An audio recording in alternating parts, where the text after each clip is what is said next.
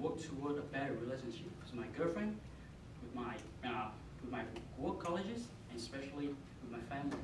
Thank you.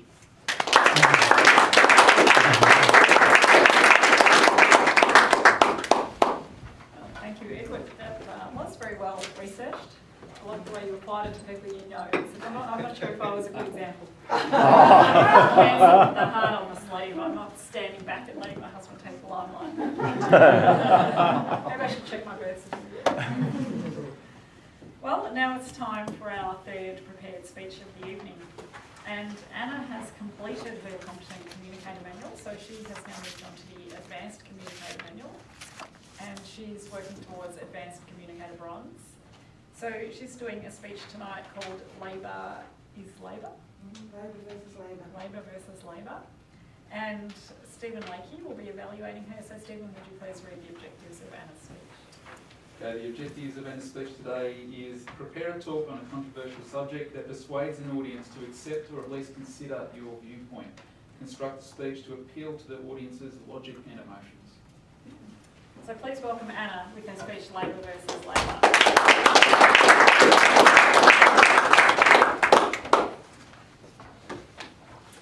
You'll notice on the agenda before I start speaking that it says 7 to 10 minutes. So I'm going to speak for around 7-8 minutes. And then because it is a little controversial, you may wish to ask some questions at the end of the speech. That time will be limited for 3 minutes. Thanks, Mr. Timer. Labour versus Labour. We've heard a lot about Labour Day this evening, but probably more about Moomba. Monday is regarded as Labour Day. Now who knows why we have Labour Day? You've heard a little bit, two of you, Chris and Jamie. 8 plus 8 plus 8. Back in the late around 1890, there was a real movement by a number of people, large groups of people, to streamline and improve the working life of the poorer people. 8 hours work, 8 hours play, and 8 hours rest. That was what they strove for, and that is what they achieved. It's in the law of Australia to work 8 hours a day. How many of you work 8 hours a day? How many of you work 9 or maybe 10? How many of you work 4 or 5 days a week? 5 days. So when this law was introduced back in just before 19th century, people worked for up to 6 days. They had 1 day off a week. And then life improved a little bit. There was more mechanization and there were process improvements, and we said we didn't want to work on Saturdays anymore. So we worked till 12 o'clock to start with, and then we stopped working on Saturday altogether. But did we actually stop working on Saturday altogether? Here we are celebrating Labour Day, that achievement that the people back in 1890 achieved for us on Monday, the second Monday in March. And what do? We work for 9 or 10 hours a day. Those people achieved so much for us. And now what do? Our employers say you need to work for 8 hours plus a bit more. You need to achieve, set your goals, strive, go for it, get out there and work. We have goals to meet, productivity gains, all of these things. And so instead we celebrate Moomba on what we would now call, what is it did we say before? I wrote some of these notes here. Let's get together and have fun. So that's what, how many people do get together and have fun? But do we think of the people who have to work? The doctors, the nurses, the people who are holding those fare stalls where you have to pay $9 for a ride and you have to pay $4 for your snow cones. And what about the dustmen that we used to call them instead? They're garbage collectors or whatever it is. All these people that must work on Labour Day. So we have Labour working and we have Labour as a celebration. We talk about Moomba. Moomba's a great time to have fun. And how long have we had Moomba? 60 years. And what did we hear before? It was established as a celebration of federation. So So here we have Federation, which we celebrate on January 1 every year because it's New Year's Day, and that's when Federation was declared back in 1901. And yet we celebrate it as Moomba on the second Monday of March. Doesn't ring quite true, does it? We have a Labor Day to have a day off. And Jamie slept in this morning, or stayed up too late last night. But Labor versus Labor. So Labor over here is a celebration of what we've achieved, and Labor working.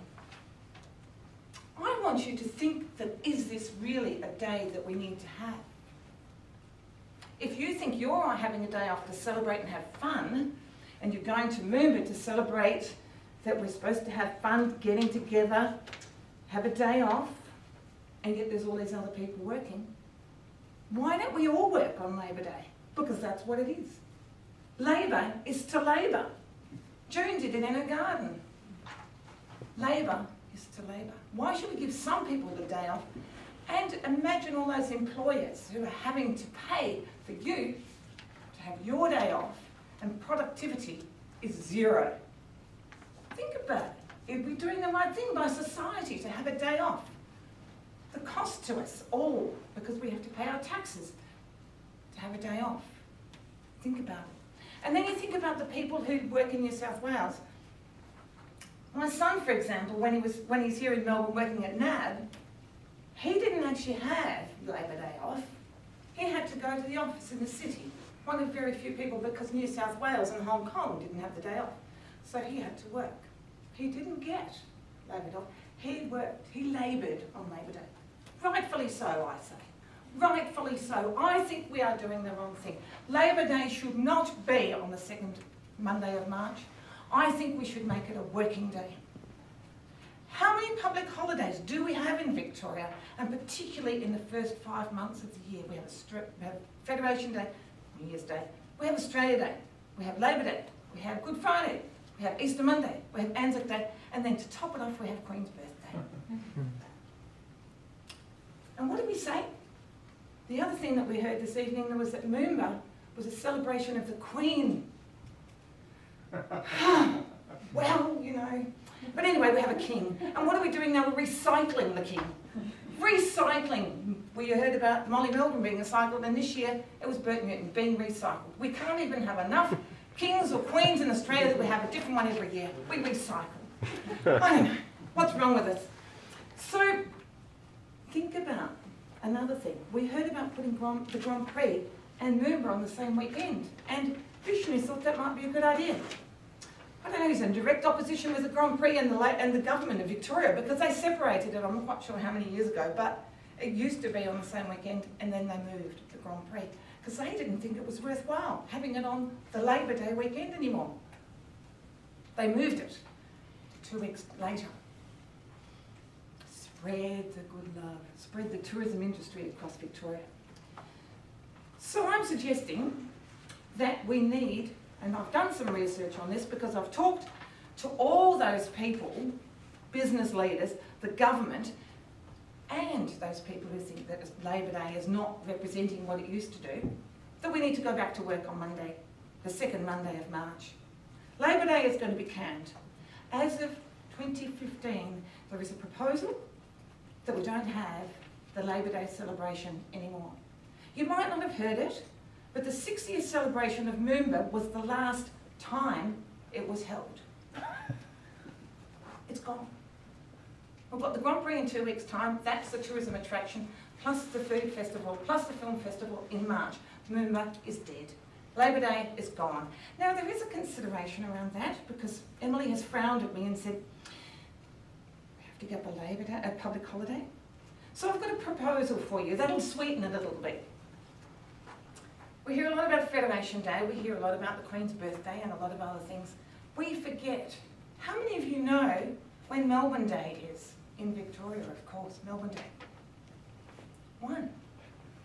Did you know that Melbourne was settled on the 31st of August, 1835? We are starting to become aware of it. Now I suggest that you as a community in Melbourne start pushing for Melbourne Day. Think of the benefits. one, we recognise Melbourne for what it is, a beautiful and one of the most livable cities in the world. And two, you get a public holiday in the middle of winter. Now there's a bonus. So I understand that you may not be for losing Moomba on Monday, and you may not think that Labor Day should be given up. However, considering the number of people that work on Labor Day, I think we need to come to the party and work with them, and that everybody has Melbourne Day off in Victoria. Forget about the rest of Australia. So Labor versus Labor, I suggest what we do is improve productivity. The businesses of Victoria will love us for that. So we work on the second Monday of March. So we labour on what we've traditionally called Labor Day. And we make a celebration of Melbourne Day on the 18th of August. And that way, we truly celebrate what ought to be celebrated in Victoria. Does anybody have any questions I might like to ask? What's your position on? Sorry, Andrew. Yeah, I'm a little bit concerned about my rubbish pickup on Melbourne Day because my bins really do need to be picked up. How can everybody have the day off? We all have the day off on Christmas Day. That's also a given. Everybody has the day off until places started opening, and we now have restaurants and everything else. However, what we'll do, we're negotiating with councils to pick the rubbish up the day after, so you'll be organised for that. So that'll be fine. It's not a problem. I think we can meet that issue. Jamie, you had a question. What's your position on Cup Day? Cup Day, I think, should be an extended weekend. I think Monday off before Cup Day is a great idea. I'm sorry, Adrian. What about essential services, Anna, like doctors, nurses, medical staff? Oh no, there's no injuries on that day. We actually look after themselves, and actually it gives you an opportunity to celebrate. So if your family member is in hospital, you'll be asked to go and look after them for the day, just like they do in those other third world countries. You'll be expected to take in some food, breakfast, lunch and dinner, learn how to do the dressings the day before, and administer morphine if that's what's required. Sorry, I've got... well, do you have any views on Christmas and New Year's Eve as well? I do, but I probably shouldn't express them. Abara. Does police have a day off as well? So Yeah, no crime on the day. no crime. No, everybody's going to party, and there'll be limit. And you have to buy your grog before it's their hand. So if you're not prepared for Melbourne Day, you're not going to get what you want. Mike. So you can get up and do all the drunk and disorderly stuff, no one to arrest you. That's right. Can we have Glen Iris Day off as well? We can consider that next year, but that's not the time. Well, in a couple of years' time. Belinda.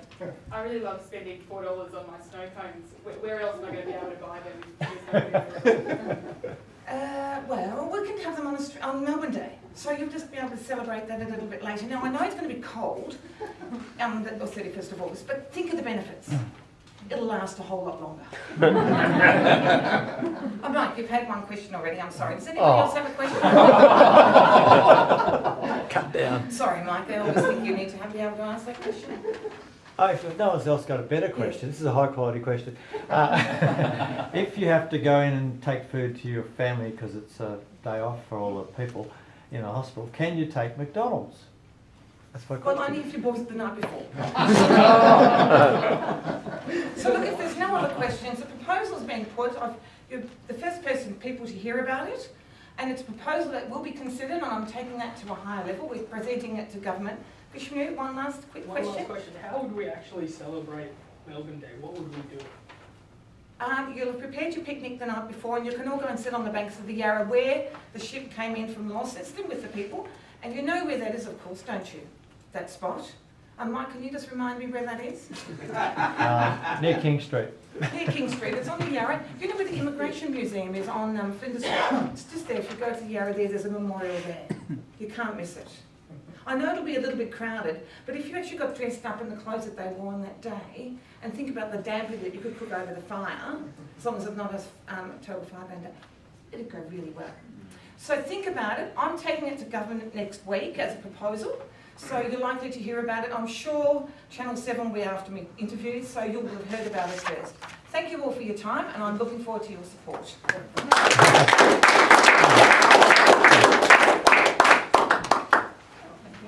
That was quite controversial. Yes, I was wondering if we could have Moomba still on the Friday or something if we have the labour and playground.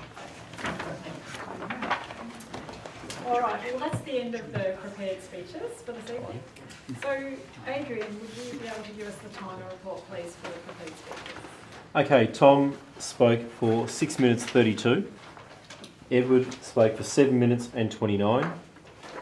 Anna spoke for 9 minutes and 30 and an extra 3 minutes and 40 for question time. All right, so it's now the time when we vote for best prepared speaker. So again, if you just turn to the strip at the bottom of your page and write down your vote points for best prepared speaker.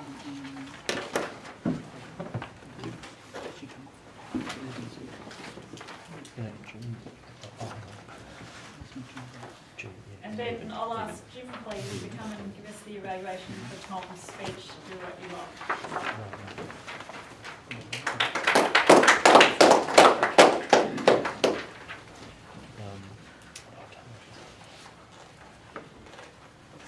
Tom came up and spoke about how we should all be